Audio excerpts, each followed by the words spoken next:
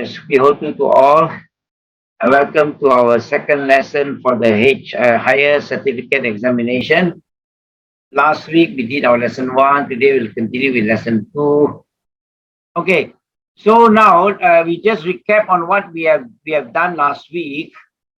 I have given you the summary of what we have done last week. I'm sure you all have read it. Now, what I was trying to tell you is last week's lectures or sharing was does not actually is not directly related to any of the exam questions actually. I was just trying to recap the life of the Buddha, and then also I was trying to put in interest to activate our critical thinking, the reflective kind of thinking where these are required more to answer the questions for the exams. There's nothing new that we're going to learn because it's still life of the Buddha, which we have covered last year in the senior classes. But this time we will actually try to use them, apply them in certain situation, and it will help us now. Like I've said there, the questions now is not direct, the questions are not direct, but requires our ability to interpret the events. Yeah, basing on the support from the Pali Canon, or the Dhammapada codes, or from the Jataka. The questions are based on this. The knowledge I'm sure you have already, because many of you all have sat for your exams last year, the senior exam. So we hope that we can analyze this happening and can help us in our daily lives now. And also our class will be a bit more proactive, whereby we use these ideas that we have. And the life of the Buddha, the stories that we have. How does this help us, or how do we apply this in our daily lives, or apply this in our exam questions? For this case, more on the exam questions. So today, we start with the 45 years of achievement. The Buddha spent 45 years doing his Dhammadutta work, and then we will actually try to summarize, what little we can with the events. We will recap the events, and then we will kind of use that and see how it can help and how did the Buddha succeed in his mission. And this way, it can help us also. Okay, so first, number one, I was saying that the Buddha was also, he's kind of a good human resource manager. He managed human resources very well. And I have given you the summary that when he had his first 60 disciples, he told them, "Go forth, O bhikkhus, for the good of the many, out of compassion for the world, for the good and benefit and happiness of gods and men. Let not two go by one way." So that is what we meant by human resource. He doesn't waste his resources. He has 60 people. He told them all go by different ways, all go to different villages. No two should go in the same way. Because 2% go, you're wasting your resources. Yeah. So then I've requested that maybe we should try to recap who are the first 60 disciples, Just briefly, can somebody just tell us who are the first 60 disciples? So this is how we use this knowledge, the little knowledge that we have is how we use. The first 60 disciples, the Buddha says, go separate ways. So we say that is the good human resource management practice. Okay, so Sister Kwa has raised hand. Yes, Sister Kwa, please. Yeah, first will be the first 5 ascetics who became the first 5 monks. That would be Kondanya, Vapa, Asaji, Mahanama, and Badia. And then that would be Yasa. And Yasa and his friends. So altogether they were the first 60. Okay, that is correct, sister. So Sister Kwa is always very proactive. Last year also she was very proactive. She did some corrections to my notes also. Okay, correct. So with the first slide, I show you on the screen. I hope you can see that. It's big enough for you all? Yes, can see. Okay.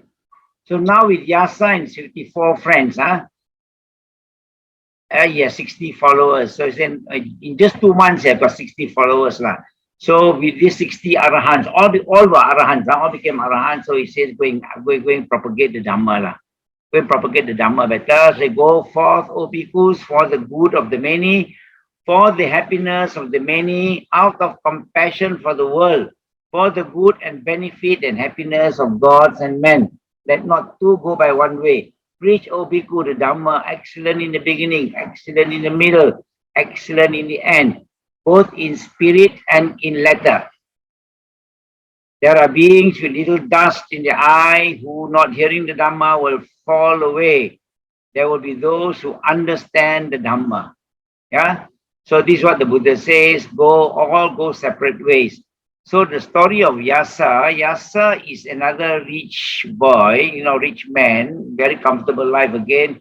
So like the Buddha also, one morning he got up, he saw all those ladies there, like sleeping everywhere, not organized, and he didn't like the kind of scenery anymore. He did not like it anymore. So the story of Yasa is here. So Yasa was the bhikkhu during the time of the Buddha. He was the sixth bhikkhu. The first five, I think Sister Kwa has mentioned correctly. So he was the sixth bhikkhu in the Buddha Sangha and the sixth to attain arahanthood. Yasa lived in the 6th century BC in what now is called Uttar Pradesh and Bihar in northern India. Yasa was raised in Varanasi in a life of luxury. His father was wealthy. His family home was full of servants, musicians and dancers like the Buddha, who catered for family needs and entertainment. One day, when he had become a young man, Yasa woke early and saw the female servants and entertainers asleep in a repulsive state. Disgusted by the spectacle, Yasa realized the vanity of world life and left the family home muttering, "Distressed am I, oppressed am I," and journeyed in the direction of Isipatthana, where the Buddha was temporarily residing with his first 5 bhikkhus that had attained arahantship. That was the first 5 days after all of the 5 bhikkhus have attained arahantship. Then the Buddha, pacing up and down in the open space near where Yasa was muttering, "Distressed am I, oppressed am I," and called Yasa over to him, inviting him to sit down. Yasa took off his golden sandals and saluted and sat down. The Buddha gave him a Dhamma discourse, and Yasa achieved the first stage of arahanthood. So that's how Yasa was converted. Okay, so this can help us because this was among the first. And if you want to go a little bit further, you can also discuss by what the Buddha meant, but I don't think this is covered in your syllabus. It's not covered in our exam syllabus, so we will not discuss. But on your own, I think, for your critical thinking, you can also try to understand what the Buddha meant was good in the beginning, good, where was that? When the Buddha says good in the beginning, excellent in the beginning, excellent in the middle, excellent in the end, both in spirit and letter. So we can actually also elaborate this for you. We will not do it now, definitely, but I think it is very nice if you all can also elaborate on this. What do you mean by good in the beginning? To the spirit and to the letter. Maybe we can discuss on that later, maybe after our exams. Maybe this will be in another higher level paper, maybe. I will put this as simply as, good in the beginning means it is also good for beginners.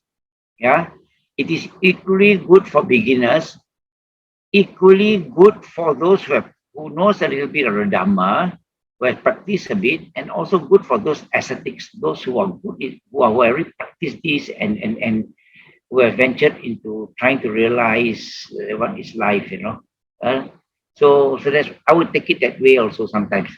Not only that the Dhamma is good in the beginning, good in the middle, good in the end. No, it is also good for beginners. Okay, the beginners can benefit as much as you want.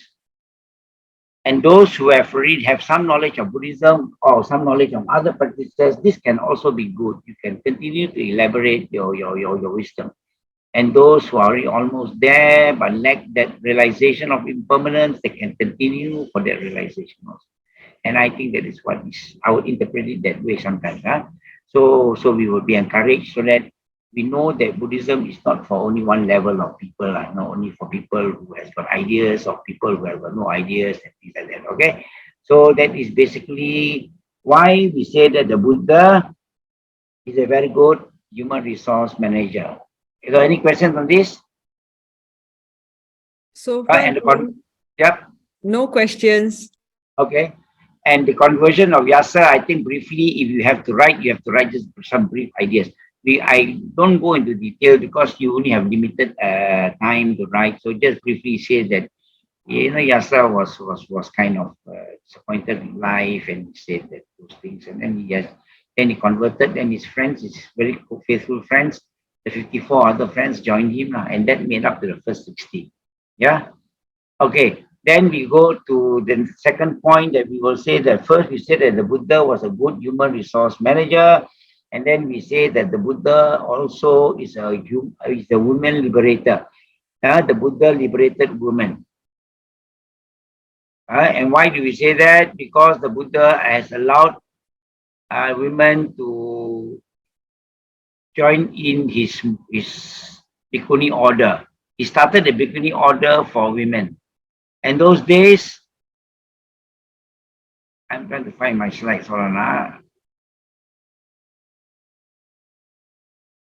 I'm quite poor in looking after these slides actually. Okay. Those days, if you remember last year, I told you also, during the time of the Buddha, actually, even today in India, in some cultures, the women are not respected fully. Women are second grade kind of things, So those days, the same thing. The women don't go and listen to Dhamma talk, don't go and don't get involved in discussion. They're only good for what we will say, they're only good for their two fingers. That is to test whether the rice is cooked or not. They're only good for the kitchen. Test whether the rice is cooked or not. So that is the idea of women those days. So the Buddha liberated them. The Buddha liberated the women and allowed them also to he started the Bhikkhuni order. He started the Bhikkhuni order so that the women will have a chance to also liberate themselves. So that is another achievement of the Buddha. He went against the normal norm. Yeah, so start of the Bhikkhuni order was actually Mahapajapati has gone to see the Buddha 3 times. The Buddha did not accept her request to be ordained or to come into the order. So one day, then Venerable Ananda asked the Buddha, what was the reason for not accepting the ladies into the order? Is it because they can't be enlightened? Is it because they're inferior? And that was the final question that Ananda asked the Buddha. And then the Buddha says, okay, he will allow them into the order. That was when Ananda asked him, was the reason is because the woman cannot be enlightened? So because of that, then the Buddha started the order and Mahapajapati came into the order and she became a very senior nun. She became a very senior nun. Let me see. So she became the founder of the order of the nuns. So she's the founder of the order of the Bhikkhuni. Unfortunately today, some traditions do not allow nuns to be ordained. They don't recognize the ordination of nuns. Very unfortunate. But we Theravadin actually, Theravadin, some traditions. Theravadin also we have got a little bit of certain traditions. The Thais and the Burmese does not recognize the order today. It's a bit unfortunate, but anyway, we are not touching that reasons. So that's how the Buddha started the Bhikkhuni order, and that was again going against the norm. For those days when women were not considered at all intellectuals, not considered at all that they can learn anything. Okay, any questions on this one?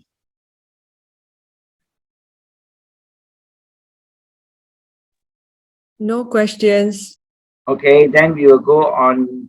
I have given to you about 11 examples, exactly 11 or 10, 11 names, but we will not touch on all those 11. We just have selected few. Read up on your own on the others, and then if you have to answer this question, you just have to, I think, just give them one or two examples will be good enough. We don't have to give them so many, I just give one or two. And the other example that we have discussed last week was about Queen Kema. Queen Kema. Queen Kema, I think last week we have also discussed on Queen Kema. We say that she is the consort of the king, and she loves beautiful things. She is very egoistic. She loves the beauty very much. And then King Bimbisara tried to persuade her to visit the Buddha. She's the wife of King Bimbisara. So, but she's too proud of her looks and knew that the Buddha would not appreciate physical beauty. So knowing that Kema loved beautiful things. So what King Bimbisara did was to hire poets to recite poems in front of Kema describing the beauty of the monastery of where the Buddha was staying. Hearing about the beauty of the monastery, Kema became curious and went to visit the monastery. That was how King Bimbisara lured her to visit the monastery so that she can meet the Buddha. So in order to ensure that Kema encountered the Buddha, King Bimbisara ordered the guards accompanying her to guide the queen to the Buddha. So they pretended and slowly guided her to the hall where Buddha was. Yeah. And then as she saw the Buddha could read her mind with a psychic power. As Kema toured the monastery and approached the main hall, where the Buddha was staying. The Buddha read her mind and used psychic power to conjure up an image of a woman even more beautiful than her, fanning him. Stunned by the beauty, Kema thought that she was mistaken about the Buddha's disparaging beauty. Then as Kema fixated on the image, the beautiful woman became older and older and older, and then finally she died. Then that is when she realized that her beauty is not permanent. That was when the Buddha knew it was the best time to preach her on impermanence. We spoke about this last week, and then she was actually convinced, and she also became a Sotapanna. Okay. Now, here is what we say that the Buddha is another great master who used visual aid. We can say that the Buddha also used visual aid. He kind of used visual aid to convince people to preach, to do his preaching. So we say here the Buddha used visual aid. And then we can also talk about Patachara also. We can talk about Patachara. Patachara also you can read on Patachara. I have given to you rather on Patachara, short one, brief one. So how he convinced Patachara, who lost her mind because she lost her family, she lost her children, she lost her husband, she lost her parents, she lost her brothers, she lost everything. She went crazy. So these stories are very useful. I've shared with you before last year. These stories are very beautiful and it's good for psychology. When you have somebody distressed about their losses, I have a friend who lost his son. I have a friend who lost his son and he was very depressed. So another friend of ours went to see him and gave him examples, life of Patachara and Gautami, Kesa Gautami. And that kind of he reflected and actually he overcome his depression. And today is he wasn't a Buddhist yet then. He was more a Vesak Buddhist, goes only on Vesak Day, but today he's a very, very strong Buddhist supporter today. Very active in the temple. Today he's very active. He sponsors a lot of things, he gives a lot of money in memory of his son. He became a very good Buddhist. Before that, he was more a drinker. He was more a drinker who goes to pubs and all those things, he says. But today, he's a very staunch Buddhist because he heard the story of Patachara and Kisa Gautami. Patachara and Kisa Gautami. So these are actually very good psychological aid. And the Jataka stories are not fairy tales. They are not for fun. Some of the Jataka stories are very good for psychological aid. If you do psychology, sometimes you need this kind of aids, and these are very good aids. This is how this story Patachara helped my friend, a very close friend of mine, and the Kisa Gautama story. A friend told him the story about how she lost her 2 babies, and then she lost her husband, and then she went home and found that the house was on fire. She lost her parents. She lost everything. He only lost 1 son, he says.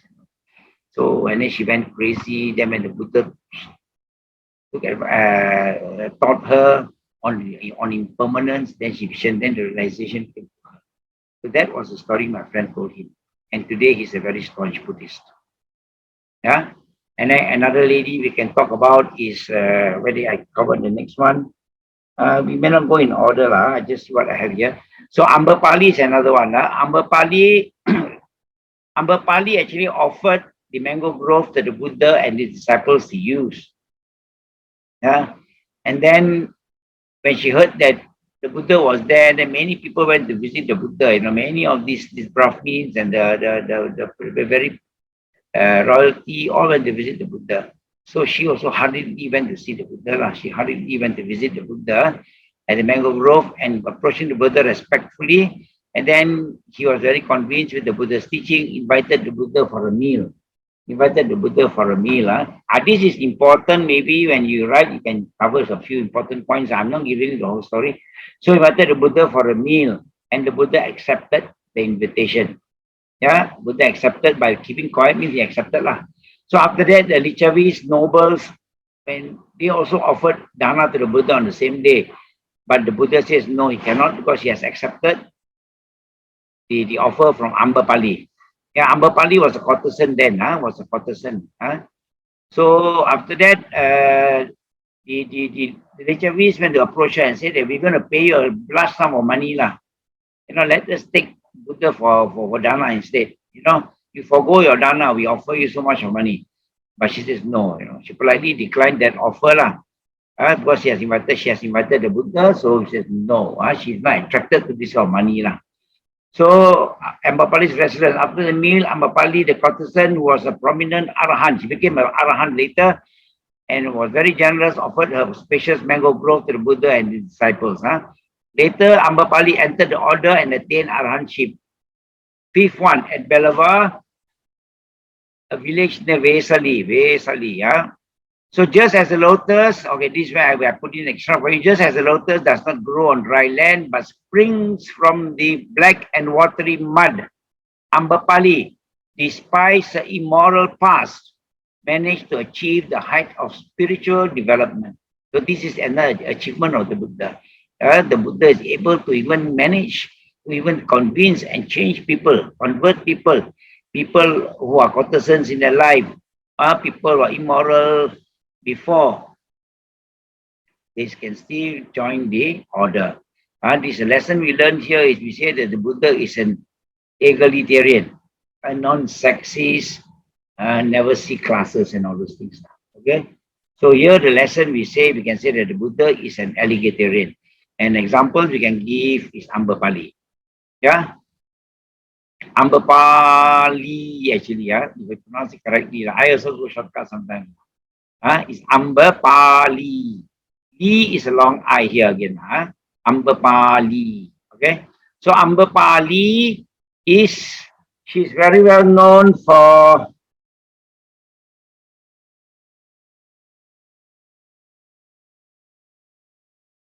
okay, I don't have it with me. Okay, so remember, so Ambapali, we can quote her as Buddha as an egalitarian or a non-sexist or does not look upon class. And the Buddha knows people's potential and the Buddha will accept you into the order. There are many stories where the Buddha actually is the Buddha went against the caste system. The Buddha did not comply to the caste system. The Buddha does not believe in all these things, So that is the short story of Ambapali. Anybody wants to add something from here? Mr. Kwa, did I miss anything important about Ambapali? Okay, Ma? Brother Tan, I think you gave all the essential things. Is very good. Amberpali only like fun Dharma bits. Her name actually means mango. Yes, And she was actually discovered at the foot of a mango tree. Probably she may have been a illegitimate child of a courtesan as well, and was maybe was um, uh, discarded, and then she was found and brought up. yes, yes. I did not cover that, huh? Okay. Yes, agree. Yes. So anything else you want to add about Kema, Queen Kema? Queen Kema, what is notable about her is that she is foremost in wisdom. So she's in the same par. If you look at the Bhikkhu parallel, that would be as like Sariputta. Yes, yes. Okay, that's a very important, that is a very essential point. Huh? Yeah, she's great in wisdom, lah. Equivalent to the male counterpart of Sariputta. Yes, agreed. Yeah. Okay. I think that was covered last week, I think. Huh? Yeah, last week. Yes, it Huh? was. Yeah, Yes, yeah. thank Okay. you. So these are the things that you're going to add in now, because for this exam, you're going to be very proactive. I think it is like testing our critical thinking now. It's about what we know and how, because the questions they ask, I think you all are quite aware of the questions they ask now. Huh? So these are the things that we have got to revisit and use the life history of the Buddha to help us. Yeah. Okay. So that is correct. So what else what you can say about what else we cover? What have we covered? Anybody else? Others got any questions or not? On the Bhikkhuni order, anybody wants to comment? Brother Tan Leng Huat, you gave us some notes, HCE lesson 2, and then there is a name here, fastest in realization 1.8. I think there's a typo, lah. Yeah. Correct. It's a typo actually. Yes. Agreed. Yeah. 1.8 is a typo error. It's Bada Kundala Kesa. There is no Z there. It's BHADDA. Bada Kundala KUNDALA Kundala Kesa. Kundala Kesa. Okay. Oh, so is Sister Bada. I have a book here, and one of the noted eminent female disciple is Venerable Bada Kundala KC. Yeah. Correct. Yeah. Kundala Kesa. Yes. Okay. There was a big typo error, maybe because I was sleepy that day, maybe. Who was that? It's written here that she is the fastest in realization. Yes. Oh. Kundala Kesa. Yeah, correct. Yes. Oh, what is the story behind her? I'm not familiar with this venerable her story. Kundala Kesa is actually, sometimes my memory is short, Okay, maybe by the end of the period, I hope I can tell you a bit on her. I can't remember at the moment, sister. Kundala Kesa is, if somebody can start something, then maybe I will recap the story, Yes, let me see. Can you start something and then? I was looking at those with fastest realization, because the typo. Okay, I remember now a little bit. Yeah, she. Yes. The fastest to get realization. Okay. The story is like that, sister. I've just remembered. She is also a very rich lady. Yeah, she was born in a very rich family. Okay, this is a very popular story also. And anyway, one day she looked through the window. Those people that are very rich, got double story, triple story those days. They looked through the window and saw a prisoner. Remember, the prisoner who was going to be hanged, who was already actually committed and charged and sentenced to death. So, but she saw this prisoner, and somehow or other she falls in love very easily, But this girl, she falls in love very easily and fell in love with that man at first sight. He was actually sentenced to death. So told the father, convinced the father, go and save that man. I've fallen in love with him. I can't live without him. Okay, then what happened was the father, of course, went to bribe the jailers and all that, so did not hang that man, did not execute that man, and then let the man marry her. Lor. So they were married. So when they were married, that man was a thief actually, correct? Not he was sentenced to death. So his habits remained. So one day he planned to rob her also, brought her to the mountains, and then wanted to rob her of her jewelry. Okay, brought her off to rob her of her jewelry and brought her to the mountain and told her that this is what I'm going to do to you now. I'm going to rob you, take her jewelry, I'm going to push you over the cliff. Okay, so she struggled with him and managed to push him over the cliff instead. All right, and then from then on, she regretted very much that she had to kill her husband, and then she realized that all the jewelry has no value to her anymore, you know. So she threw away all the jewelry and all that. She lived a lonely, ascetic life. And then she joined the Jain movement. She became a very renowned leader there, also one of the leaders there, also renowned. But she could not find satisfaction in Jainism also. So what she did was she left that movement again, and she went alone this time. As she went alone, and this time she met, I think she met. Okay, this part you have to recheck later, sister. I think she met Sariputta. She met Sariputta, I think. She met Sariputta, and then Sariputta, what was the tagline? I forgot now the tagline. So that, there are taglines. They had a debate. There a debate, yes. Yes. And then the last question was Sariputta asked him something like, you know, the tagline, I forgot. And then after that, then she believed that Sariputta kind of took Sariputta as a master. And then she followed Sariputta. Sariputta brought her to the Buddha, and she became a disciple of the Buddha.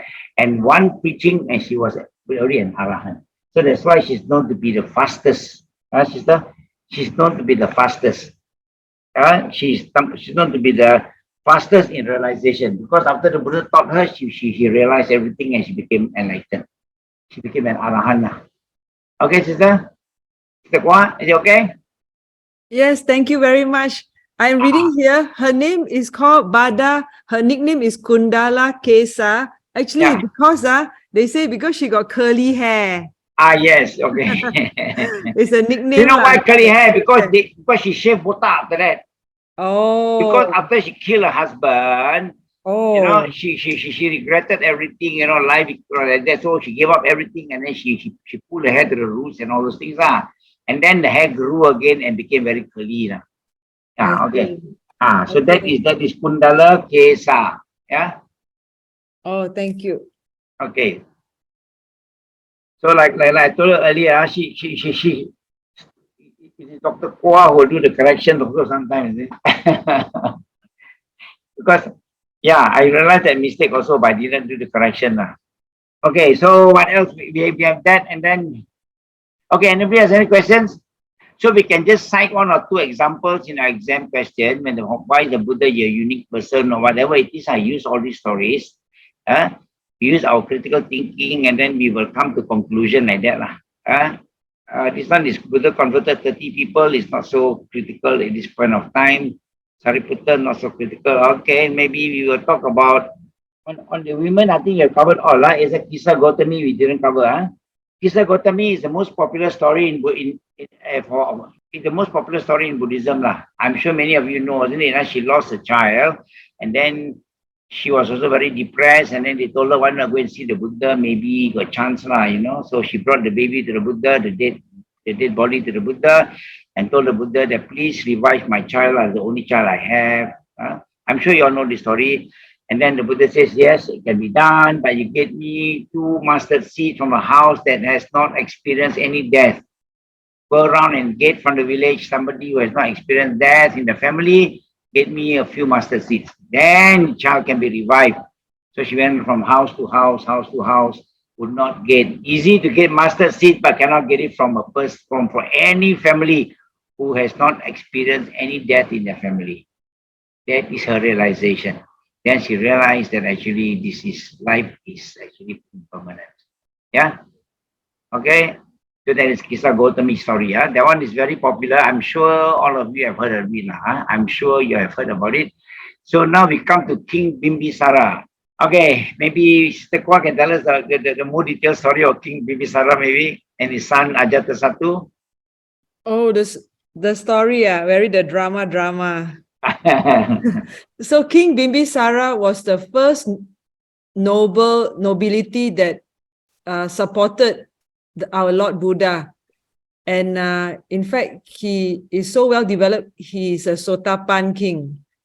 And he has his crown prince Ajatasattu. Ajatasattu, unfortunately, very greedy and very jealous. He wanted to dethrone the father. And then Devadatta also was the one that instigated. So Devadatta appeared in his bed chamber. Devadatta used his psychic power. He appeared as a snake, and that really shook the young prince. And then later Devadatta changed into a young prince.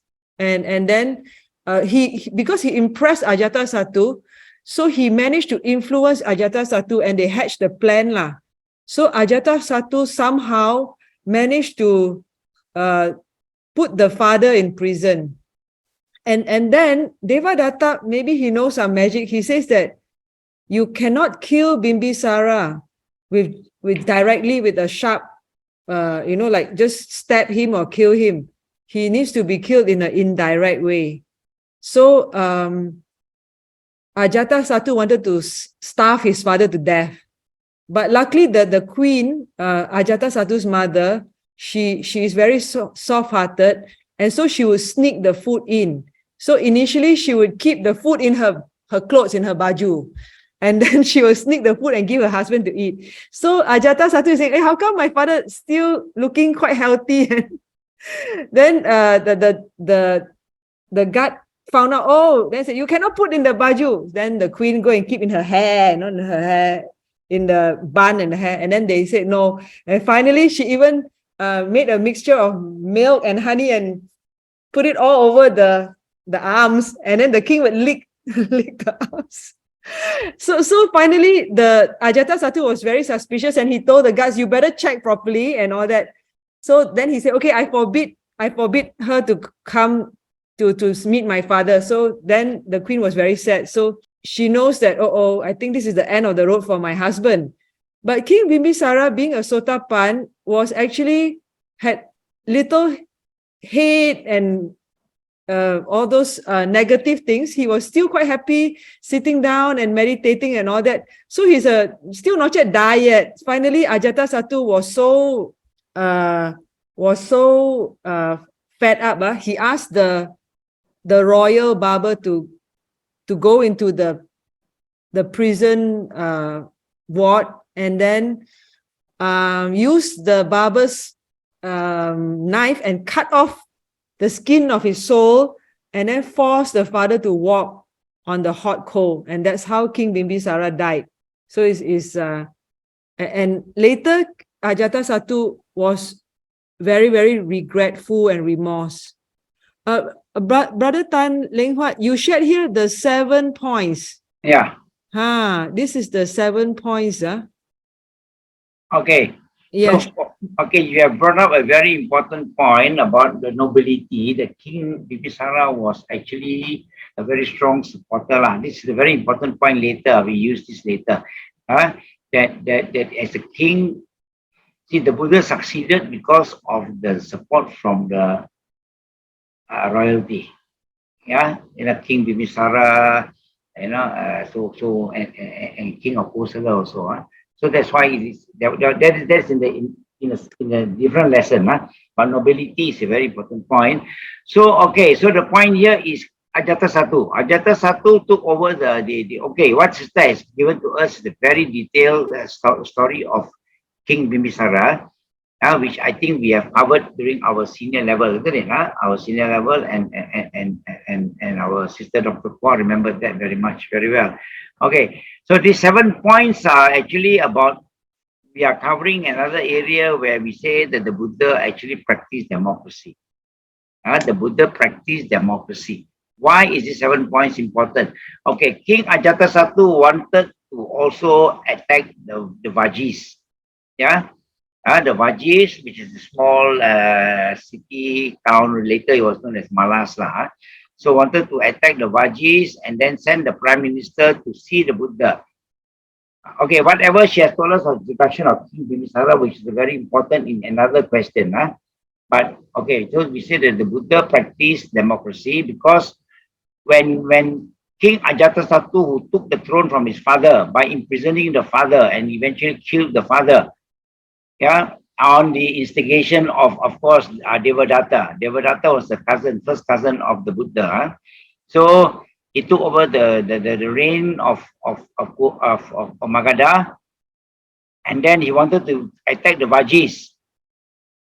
Then he sent his prime minister to visit the Buddha and ask the Buddha for advice. He said, whether we should, is it the right time to attack the Vajans or not? The city of Vajis, is it the right time? Because it's a very small country.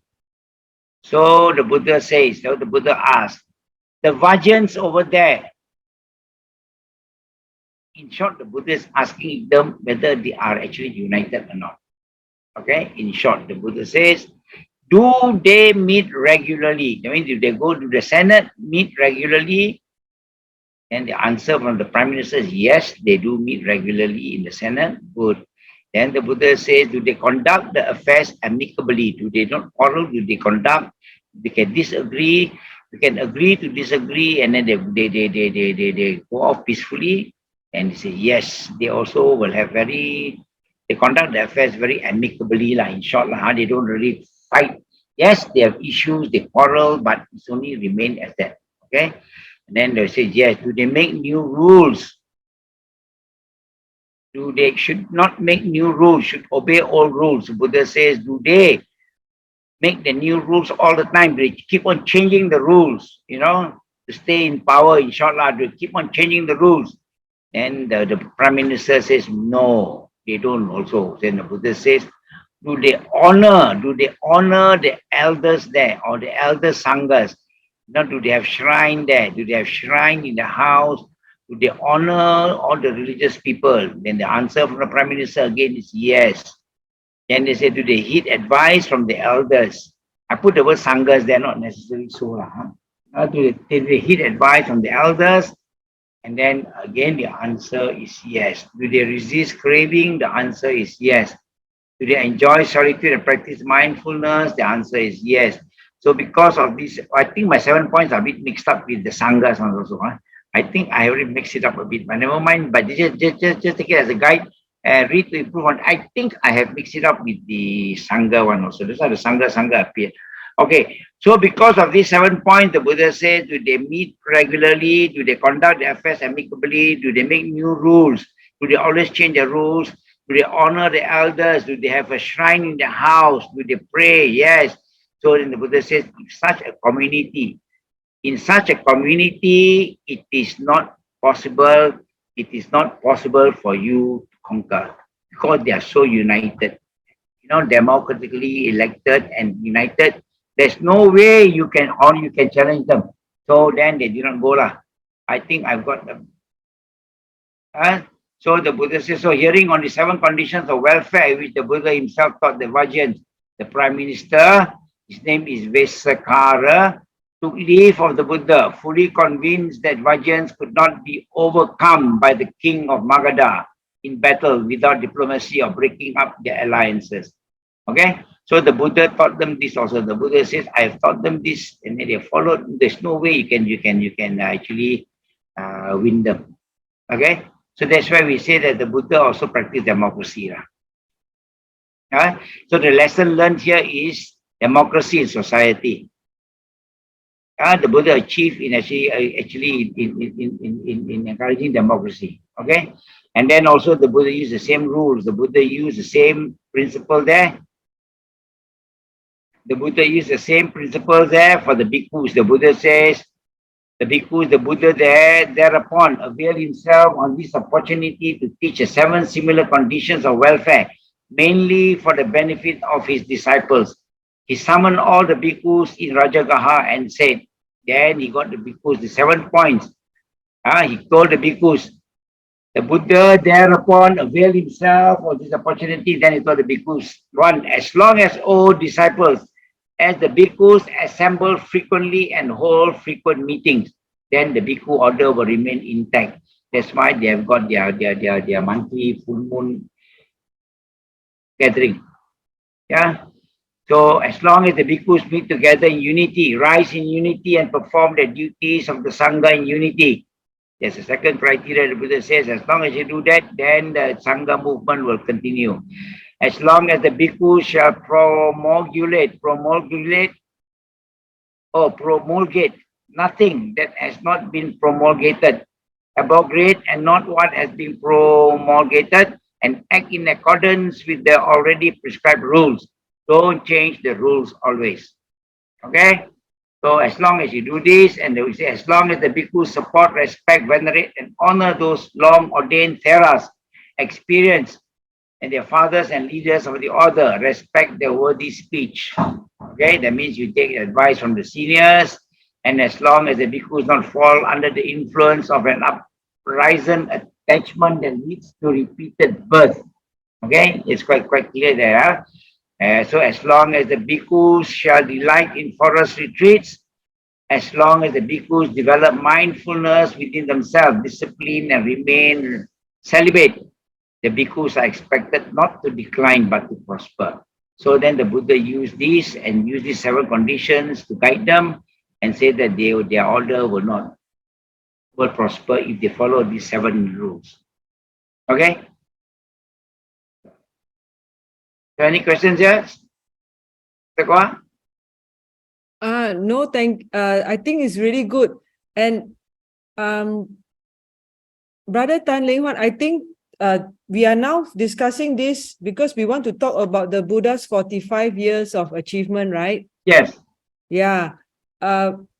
Actually, this question came out during the senior exams, you know. Is it? Yeah. And okay. I answered this question. Okay. And actually, my first point I gave was actually with utmost gratitude to the Lord Buddha for discovering and sharing the 4 noble truths. Yes. Okay. Was that is the essence, the teaching, sharing the Dhamma, and also he embodying the Dhamma, that he can show us that as mankind, we are beyond the devas. We have this potential to transform with proper training in the Dhamma from a self-centered, selfish, unwholesome person. We can slowly train and transform ourselves to someone who is wholesome and even selfless. So I see that as the power of the Dhamma and the Buddha. So that was my first answer, my first point. Yeah, and then now the Buddha is not just teaching us all these things. This one, he's teaching us what is very good management of a society or a government or an organization or even the Sangha. So he is giving us very good points about how to manage in a group community. Thank you. Yeah, okay, thank you. Yeah, first was, of course, the Dhamma, which is spiritual, and then you got to continue with all these kind of things that are useful for us. Yes, yes. Of course, the Dhamma is very useful also. Yes. So to support more on your point, you can continue with all this. Yeah, okay, others all, I'm sure you'll also put all the other points, but actually, okay, one thing, Brother Tan and all you teachers, you give us a lot of points. But during exam, no time, you know. You ask Brother Tan, we type until the hand like want to broken like that, you know. Because you give us a lot of points, so we need to learn how to just give the main points. But I think a lot of points already to type in. Yeah, thank you. Yeah, take us a long time to prepare actually, you know. Yeah, because you know why? For some students, they may not be 100% familiar with the life of the Buddha yet. You know, I was told that there were 7 candidates who did not attend last year's senior class. So we focus a little bit more in detail for them for the benefit. Otherwise, of course, we will just show pointers also. In my write-out, there are only pointers, but you have to read up a bit on your own. But you don't have to read up so much actually. For the exam purposes, I think 2 examples is more than enough. There is the woman liberator. You can give the founder of the order of nuns. I think that was great, you know. And then he also was an egalitarian. I think that's great. That's good enough, isn't it? Huh? Okay, so these are the 7 factors whereby we say that the Buddha taught us how to manage society, like what the Course says. Okay, so anybody else want to say anything? No, we'll continue again. We'll continue. And also last year we learned, actually we are only using all those things that we have learned last year. Like I've said, now it just to develop our kind of critical thinking or reflective thinking, whereby we use all those little things we know so that we don't have to accept those teachings from others blindly. You know, people are giving their own view sometimes, so we will think like, since we know the life history of the Buddha, we will know that whether will the Buddha says that or not. You know, from his 45 years of teaching, will the Buddha say that, things like that, we can come to our own conclusion now. But we are not followers anymore, we are leaders now. Yeah. Okay, so the next point we are saying is, okay, democracy in society, we say we quote the Mahaparinibbana Sutta, with the Prime Minister of King Ajatasattu, he sent to meet the Buddha for advice for ill-intended attack on the Vajis, the Vajan Republic. Okay, so the 7 conditions of welfare is very important. That one you can quote whereby the Buddha actually taught them on the 7 conditions of welfare. And then one more point that I have quoted, like what sisters have said, that Buddha can train others, have trained others. We go a little bit further, we say that the Buddha could even convert the worst of its kind in society. The worst of its kind in society, the Buddha could convert also. Which actually we give an example of Angulimala. Angulimala, I think the story was, this is quite comprehensive here also, you can read up. Angulimala is a very good student. Okay, maybe I read up quickly for you. So we can say that if the Buddha could convert Angulimala, who is a serial killer, and convert him and become an arahant, so that is also another point that we say that one of his achievement also. Like what you said earlier, they could train others. But now we give specific examples, because in the higher certificate, we need specific examples. They will want you to quote from the life of the Buddha, from the Dhammapada, of the Jataka stories. You cannot be, we have to be very direct now and very accurate. So for that particular point that you give, you can train others. You can say that he could even train the worst of his kind in society. A serial killer like Angulimala. So the story of Angulimala was, it was in the 20th year that the Buddha converted the notorious murderer Angulimala, the garland of fingers. His original name was Ahimsaka, is a very good chap, meaning innocent. Was his original name. His father was a chaplain in the king of Kosala. He received his education in Taxila. Those days, everybody go to Taxila, those the only university there. The famous educational center in the olden days, and became the most illustrious and favorite pupil of his renowned teacher.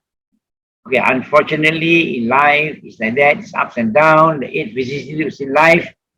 Unfortunately, his colleagues grew jealous of him, concocted a false story, and succeeded in poisoning the teacher's mind against him. The enraged teacher, without any investigation, contrived to put an end to his life by ordering him to fetch 1,000 humans' right hand finger as the teacher's honorarium. So Angulimala, or his name was Ahimsaka, very obedient person, very innocent. So he reluctantly, he also accepted that challenge, and he went to the Jalini forest in Kosala and started killing people. And each time he killed the people, he would take the little finger on right hand and make it into a garland. He wanted to make a garland of 1,000 fingers to give it to his teacher. That was what the teacher wanted. But the teacher wanted him destroyed actually. But because he was very skillful. He's very skillful, good fighter, strong man. So he conquered all his enemies now. So he wore the garland of fingers, then they call him Angulimala, the garland of fingers. Okay? So he's known by the name Angulimala because his garland of fingers. So when he had collected 999 fingers, so say the books, the book says so. So the Buddha appeared at the scene. Why? Because his last victim was supposed to be his mother. Okay? When he has collected 999 fingers, the villagers were also desperate. They reported to the king of Kosala. They say, King, you going to do something about it, lah. It's so unsafe. You cannot walk through the forest. Walk through, we are killed, So the king ordered 500 soldiers to go and hunt him down. He said, okay, let's put an end of this Angulimala fella. Send him. This is a bit detailed, but you can read up later, lah. So sent 500 soldiers to go and hunt him down. And when the mother overheard this instruction, this order from the king, what the mother did was she panicked and she personally went to the forest to tell the son. She suspected that Angulimala was the son. Yeah, so she went to the forest trying to meet Angulimala to tell him to run. There are 500 soldiers coming to look for you, to hunt you down. Also, when she went to the forest, Angulimala was desperate then. He had 999 fingers. He needed one more victim to complete with his 1,000 and go and send that to the master. Yeah, that was when he said that he will kill that lady also, lah. And that's when the Buddha knew, lucky through his psychic power, the Buddha knew that incident. So the Buddha appeared before the mother and the son. The Buddha appeared before Angulimala and his mother. So when Angulimala saw the Buddha, he says, I don't have to kill my mother, I kill this man better. So he chased the Buddha. Angulimala could run very fast. That's why I say he's very strong. Nobody can challenge him because he's strong. He can run as fast as a horse. So he ran very fast after the Buddha. But the Buddha just walked in normal pace, but he couldn't catch the Buddha, He couldn't catch the Buddha. The Buddha walked very normal pace, but he ran after the Buddha. He couldn't get. So he was very frustrated and he said, stop, stop. Then the Buddha says, I have stopped. But you are still continuing. Then he was surprised. What do you mean by you have stopped? Because I have stopped the cycle of birth and rebirth. I have stopped all these kind of worldly things. You are still continuing with your savage life and all those things. Then he realized, then he gave up and then people can follow the Buddha. He became an Arahant. Okay, and this very most popular thing is this Angulimala Sutta, which is good for pregnant women. For delivery, there's Angulimala Sutta. Yeah, that one is, you want to say that you can, but not necessary. But Angulimala Sutta is because when he saw a pregnant woman on giving birth in labor, so he went over to the Buddha and says, there's a woman that's struggling there, could not deliver well, so what do I do? So the Buddha told him, you will recite the Angulimala Sutta. Tell him, sister, that from the day I was reborn as an Arahant, I have not killed anything on purpose. That was the gist of the Angulimala Sutta. From the day I was reborn, sister, I have not killed anything on purpose. And that he said that and recited that to her, and she gave a very safe delivery. Yeah. So Angulimala Sutta is good for delivery. Yeah. Okay. So then he became so the Buddha here. The Buddha, we says the Buddha could even train the worst of his kind in society. We can quote Angulimala. Okay.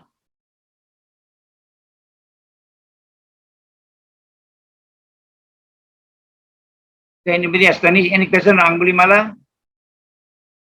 No. Okay, so another example that you can give actually on this. Another example, Angulimala was only the stop. The tagline is stop, and then the Buddha says, I have stopped, you have not stopped. Another story you can tell actually is on Alavaka. Alavaka, let me see where's my, is this Alavaka? Okay. Another example, you can say that the worst of its kind, the Buddha can also convert. We say that the Buddha's teaching can even convert the worst of its kind. Of course, you can talk about the Dhamma. The Mahasatipatthana has explained to you, she spoke about four truth and she spoke about the Dhamma. And the Buddha's Dhamma can even convert the Buddha through his kind of compassion, can even convert the worst of its kind in society. We say, one is Angulimala. Two, Alavaka. Who is Alavaka? Alavaka lived near the city of Alavi and feasted on the human flesh. He was so fierce, powerful, and crafty that he was known as the demon. He eats human, he eats human flesh. So the demon, okay, I just gave you a brief story, but we will talk about it a bit detail. The demon ordered the Buddha 3 times to get out and 3 times to enter the cave in the hope that he could kill the Buddha with fatigue. Each time the Buddha did as he was ordered. But when the demon asked the Buddha to leave the room the 4th time, the Buddha refused to do so, saying, I am not obeying you, Alavaka. Do whatever you can, but I'm going to remain here. Okay, a little bit detail is actually Alavaka was a bit annoyed with the Buddha because the Buddha was in his cave without invitation and was teaching the wife on the Dhamma. So when Alavaka heard that the Buddha was there, he was very annoyed, He says, I'm going to kill that man. And he told him, you got no right to come to a man's house when the man is not home. How can you of course, Alavaka has more than one wife, he's not alone with the wife, there are other women there. So you cannot be in a home of a man like that, you get out, So the Buddha went out. Then after that, he says, no, you see, he cannot kill the Buddha, but he wants to kill the Buddha in other ways. So he said, okay, you come in again. Then the Buddha came in again. Then after that, he got angry again. He said, you get out again. And then he got angry again. He says, come in again. And then eventually, for the 4th time, when he asked the Buddha to get out, the Buddha says, no, I am not going out. Do whatever you can, but I'm to remain here. Okay? Now, then he came up with another way to tackle the Buddha. Okay, hold on. Before that, maybe I should tell you also that the king actually sacrificed the son, as the last victim for Alavaka. The king actually sacrificed the son. Sacrificed his son because there are no more sacrifices in the city. Everybody that he could catch, he could penalize, he could sentence to death, all were sent to him, to Alavaka. But he got nobody else to send now. Prison was empty, everything was empty. Last year, I was thinking he sent his son, So sending his son, when the Buddha appeared. So the Buddha went to save the prince. Okay? That's why the Buddha went to the cave and I waited for Alavaka. Then when Alavaka came back, Alavaka chased him out 3 times. But the 4th time, he refused to go. So Alavaka changed the strategy. Why should I chase this man out all the time? Okay, I changed my strategy. So Alavaka, this is very nice. So Alavaka asked some clever questions which he had learned from his parents, who in turn learned them from their parents. The demon had forgotten the answers, but had preserved the questions by writing them in gold leaves. The questions were. Now, Alavaka probably became bad because he has forgotten the answers to this question. Okay, we look at the question. But these questions were practiced by his parents and his grandparents and all his ancestors, but he has forgotten the answers. That's why he became the demon, I guess. So the question he asked the Buddha, you answer this question for me. If you cannot answer these questions, then I will kill you. I will fling you across the Ganges River. I'll catch you by one leg and I will throw you across the Ganges River. I'll tear your heart out. Very, So the Buddha says you can do what you want to do, but you cannot touch me. Okay, that's it. Answer my questions. Okay, and then the Buddha says, what is your question? What are your questions? Question is, what is the greatest wealth for men? Okay. Next question. What brings the highest bliss when well mastered? Then the next question is, what is the sweetest of all tastes? And another question, what is the best way of life? Okay, so these are very critical and nice questions. If you can remember these, then you become good people. I think Alavaka has forgotten the answers, that's why he became a demon. Okay, and the Buddha told him the answers. The greatest wealth for men is confidence. Okay. And the second question, what brings the highest bliss when well mastered? The true doctrine when well mastered brings the highest bliss. Okay. And the other question is, what is the sweetest of all tastes? The sweetest taste is truth. Then the final question is, what is the best way of life? Wise people is the decent way of life. So these are the critical questions. I guess if Alavaka remembered this answer, he won't have become the demon. Okay. So any questions on this? Or anybody want to elaborate that the greatest wealth for a man is confidence? The true doctrine, when well mastered, brings the highest bliss. The greatest wealth for man is confidence. Somebody want to elaborate a bit?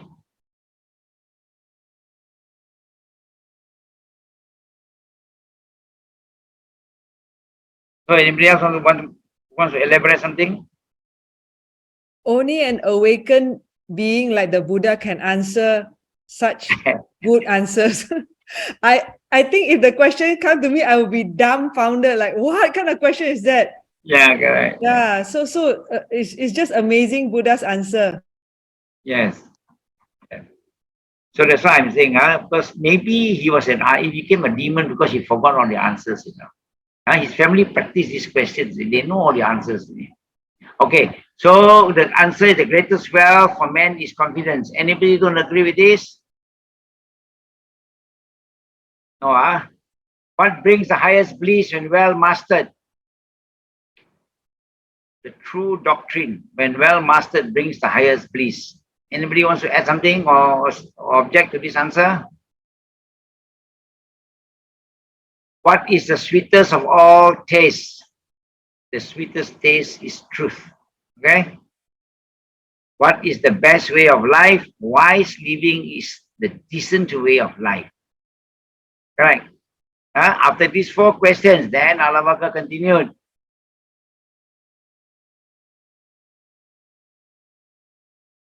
Then Alavaka asked many more questions, all of which the Buddha answered.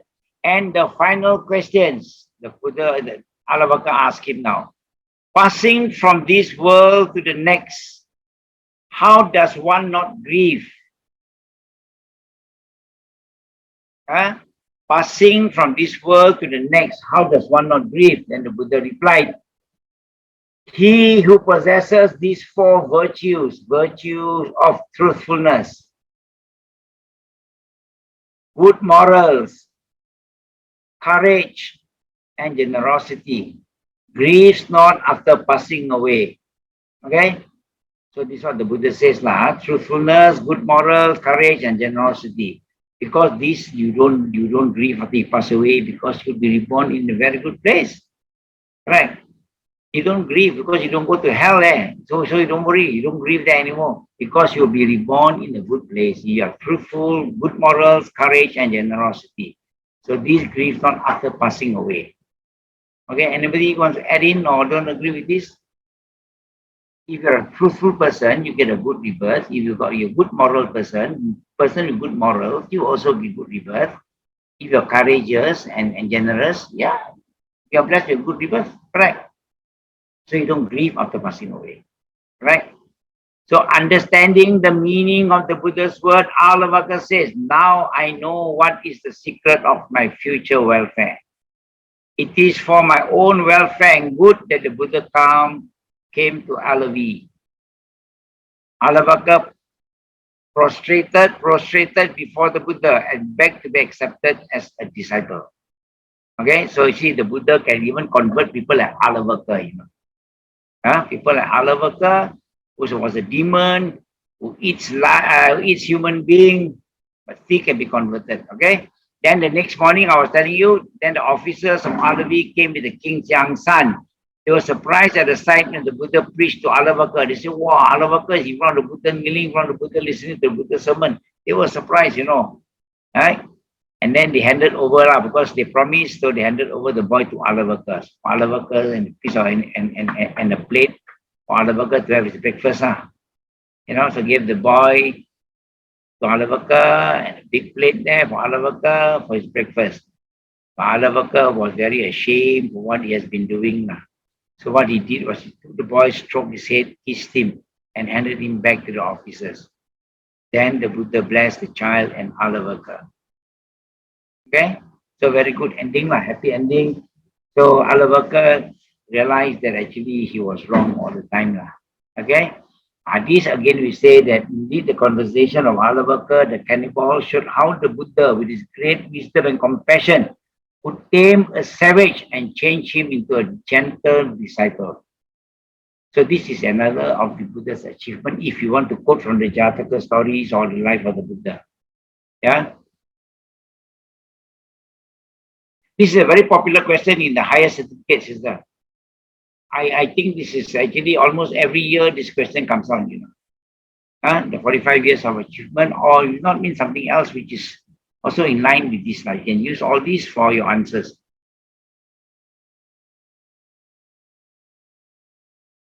Okay, so anybody has any question on this?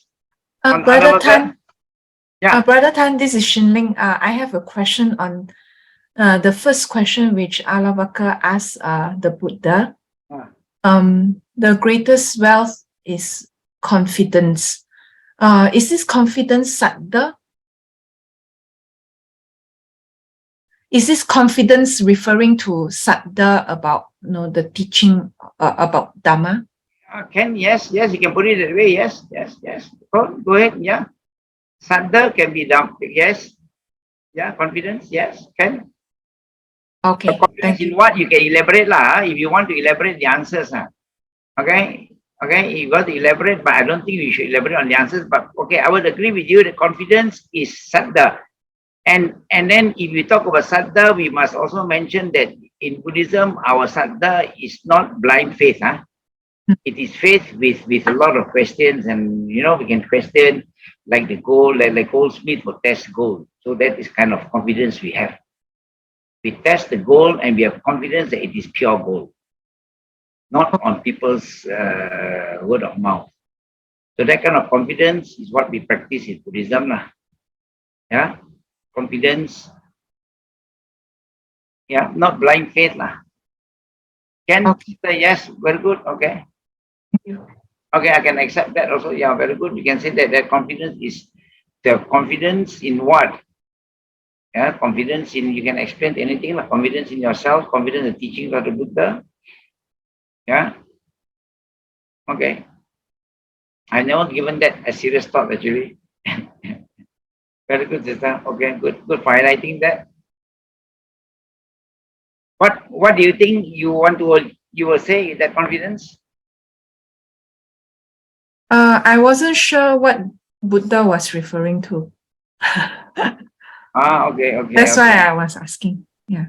Okay, that one will be, we have got to look into the, yeah. Okay, I agree with you. Yeah. Okay, but it is not blind confidence. You can elaborate if you want. Not blind confidence. Okay. Anything else? Anybody else? I'm looking at the list of the people that, I'm looking for the first name I have with Iwe. Is the Iwe anything? No, thank you. I think, Brother Tan. Yes. I think this word saddha and confidence. Yeah. It's not today present day definition of confidence in other sense. During that time, confidence is more on the spiritual path, the confidence in spiritual path, the purity in the spiritual path along that line. And and of course, it's not blind faith. It is not based on blind faith, but along the spiritual path, what the Buddha has taught in the Dhamma, having saddha. Thank you. Yeah, okay. That is a good view also. Anybody else? I agree with you, brother. Yes. That faith, you must have a faith. The Buddha says with confidence that you must have a faith. Yeah. And that is of highest value. Yeah. Okay. I think we use the word good faith not the bad faith Okay. Anybody else? Understand anything? Or we move on Anybody else? So here we give an example and say the Buddha could tame even the savage and change him in the gentle disciple. We can give Angulimala and Alavaka. Okay. What's the next one I gave you? Was the Buddha? Okay, the Buddha could subdue the most ferocious beast. Also, we say. We can also say that the Buddha could subdue the most ferocious beast. That is Nalagiri, isn't it? Nalagiri actually is a ferocious elephant sent by Devadatta to kill the Buddha while he was gathering his daily alms in Rajagaha. But due to the enormous loving kindness, one of the four immeasurables emanating from the Buddha, Nalagiri comes down. So the Buddha subdued Nalagiri, a drunken elephant, set by, of course, Devadatta again. Devadatta was the cousin, but always trying to kill the Buddha. So he said this, they make this ferocious elephant drunk and then release him in the street where the Buddha was going through. So right, this elephant can trample on the Buddha. So the Buddha subdued this elephant through loving kindness. The Buddha subdued through loving kindness. So this is another example we can give where the Buddha can even subdue ferocious animals. And there are many more things. If you want to go to the Jaya Mangala Gatha, but choose the ones appropriate for this answer. There are many examples there. And also the Buddha, we talk about the caste system. Don't forget the Buddha went against the caste system. I don't have that slide. Okay, then also we say that the Buddha actually abolished the caste system. Remember, the Buddha also admitted the barber into his order. The Buddha even took courtesan in. The Buddha took scavenger in. But the Buddha actually subdued the caste system. Caste system, we will not elaborate here. I think last year we spoke about the caste system, the 4 caste system. The Brahmins, the Kshatriyas, the traders and the Sudras, the Vaishyas and the Sudras, the 4 caste system. And then they were not allowed to learn. They were not allowed, actually, apart from the Brahmins and the Kshatriyas and the Vaishyas, the Sudras were not allowed to learn any Dhamma, any teachings. No, not Dhamma, but okay, Dhamma as in teachings, okay, and they're not allowed to learn the teachings from the Brahmanic books. So, but the Buddha opened it all to everybody. In the Buddha's teaching, the Buddha admitted courtesans in, admitted barbers in, admitted also Upali also in, so things like that. So the Buddha took all it in because the Buddha went against the caste system. The Buddha abolished the caste system. And the Buddha says in the Vasetta Sutta, Vasetta Vasettha, Vasetta Sutta. In the Vasetta Sutta, the Buddha says, you see, 2 young Brahmins were discussing on who are Brahmins. One said by birth, the other did not agree. So they went to the Buddha for advice. They said Brahmins are born from the mouth of Brahma, Lord Brahma, from the mouth. This we covered last year. We'll not repeat this. So now they were quarreling, and then they say, why not we see the Buddha for advice? And the Buddha says in the Vasetta Sutta, by birth is not one an outcast. By birth is not one a Brahmin. By deed is one an outcast. By deed is one a Brahmin. So the Buddha made it very clear. By birth, Buddha does not agree by birth is one Brahmin. Or by birth is one an outcast. It is by deed, it's through what you do that makes you a Brahmin, or what you do that makes you an outcast. So you can give examples on how, the Buddha put this practice. The Buddha admitted, like I said just now, courtesans into his order, barbers into his order, scavengers into his order, and ladies into his order also. So he does not discriminate. So the Buddha did not discriminate, whereby the Buddha abolished the caste system. That's another achievement of the Buddha in the 45 years. And last but not least, the Buddha taught harmlessness, and then that spared many animals from being sacrificed. The Buddha abolished animal sacrifice also. Because in those days, they practiced a lot of animal sacrifice. Even in Nepal today, they still practice that, animal sacrifice. Okay, so the Buddha abolished animal sacrifice. That's another important point you can say. And then, you can elaborate like those days where they got a lot of, every time they have a ceremony, every time somebody gets a bad dream, King Bimbisara once had a bad dream, and then they told him to go and, take one pair of each animals that we have in this country. One pair of horse, one pair of elephants, one pair of deer, one pair of all those species. And then you take a big hole and then sacrifice them, throw them inside and bury them alive. So these kind of practices were very rampant those days.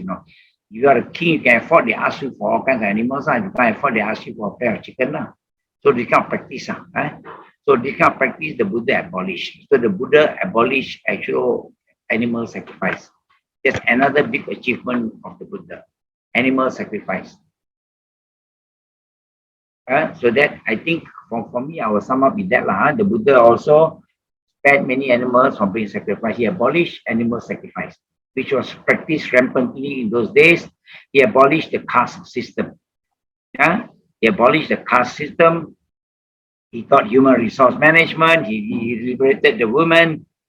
He taught visual aid, things like that. These are his achievements. So things that be useful to us today.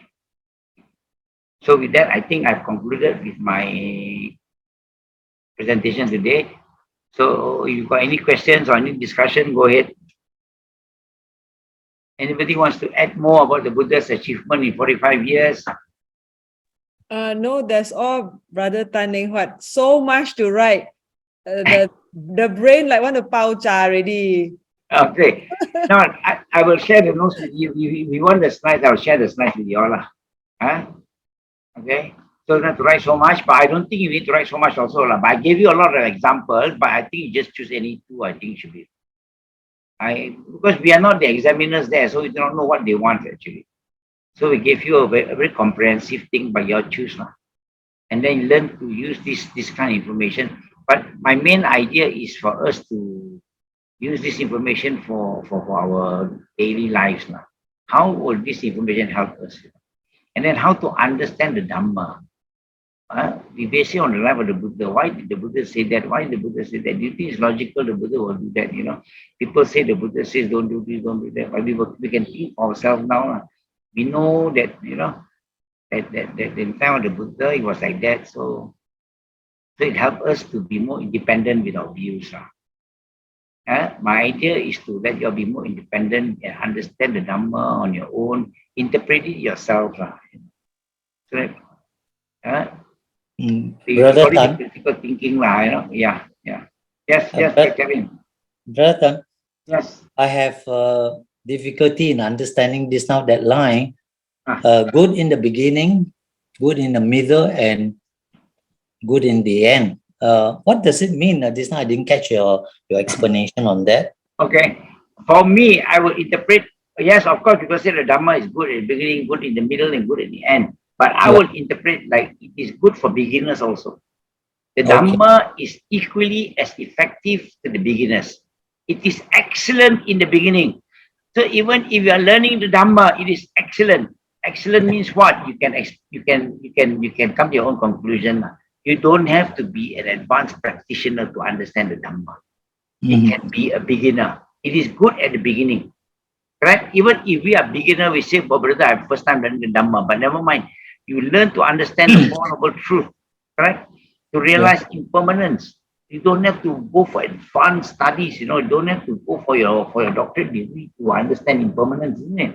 If you can realize impermanence, that is good at the beginning. Good for beginners. If you are a beginner in Buddhism, it can be just as effective. That's what I would say it means. It is also equally as effective. Even if you are a middle, you have studied a bit here and there, it's also good for you. It still helps you. The Dhamma still helps you if you have got knowledge of the Dhamma in the middle. It helps you. Yeah. Then even if you are an advanced practitioner, okay, if you are an advanced practitioner, people think that they know a lot already. They don't need to know anymore. It's not true. The Dhamma can be of help. It is still good at the end. It is good at the beginning, good at the end, and good at the middle and good at the end. Good for beginners also. And good for those people who, that's what I would interpret. Okay.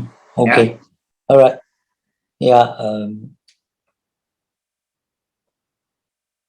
I was thinking along the line is when the Buddha spoke this to the people who join his order, that he is telling them that his teaching is good in the beginning.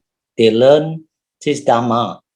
Then good in the middle, I would suppose that during the process of training themselves as bhikkhu or even layman, they will lead them a life of purity, learning the Dhamma. And good at the end would be you will reap the benefit of liberation. Maybe not in this life, some other life if you enter the streams. That was how I was thinking. But now, as you have explained, yeah, it's a very good explanation too for modern day. You come in, you learn good Dharma, even you are in the middle, you continue to do, and you live a very joyful and peaceful life. You achieve understanding much better and letting go things that you should not pursue in anger or in revenge. Yeah, thank you. Okay, thank you.